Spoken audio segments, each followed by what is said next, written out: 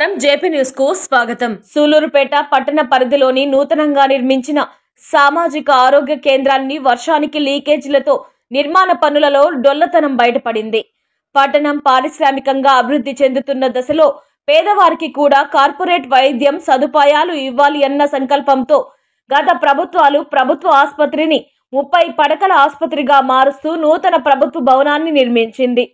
ఇందులో laboratory, operation theatre, scanning room లాంటి వసతులతో కార్పొరేట్ హాస్పిటల్ కు దీటుగా పేదవాడి అనారోగ్యంతో ఇబ్బంది పడకూడదు అనే సంకల్పంతో అన్ని రోగాలకు ప్రభుత్వ ఆసుపత్రిలో వైద్యం అందాలి అనే సదుపాయాలను ఏర్పాటు చేయడానికి నాబార్డు సంస్థ సహాయంతో 513 లక్షల నిధులతో అదనపు భవనాలను నిర్మించారు.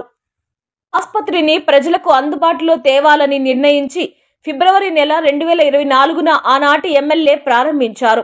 ఈ భవనాలను ప్రారంభించి పూర్తి స్థాయిలో ఉపయోగించక ముందే చిన్న వర్షం వస్తే భవన స్లాబులు లీకేజీలు బయటపడుతున్నాయని ప్రజలు, రోగులు తెలుపుతున్నారు. ప్రారంభించి పట్టున 6 నెలలు కూడా కాలేదు. చిన్న వర్షానికి ఉరవడంతో ఏదైనా పెద్ద విపత్తులు సంభవించినప్పుడు ఈ కట్టడాలు నిలుస్తాయి అన్న సందేహాలు స్థానికులు వెల్లడిస్తున్నారు. దానికి తోడు ఈ ఆసుపత్రికి పోవాలి అంటే ఆసుపత్రి కాంపౌండ్ లో ఎలాంటి దారులు లేక వర్షం పడితే చాలు చిత్తడిగా తయారవుతున్న హాస్పిటల్ పరిసరాలు పిచ్చి మొక్కలతో నిండి ఉండడంతో భరించరాని దోమల బెడద ఎక్కువ ఉందని వైద్యానికి వచ్చిన రోగులు వాపోతున్నారు.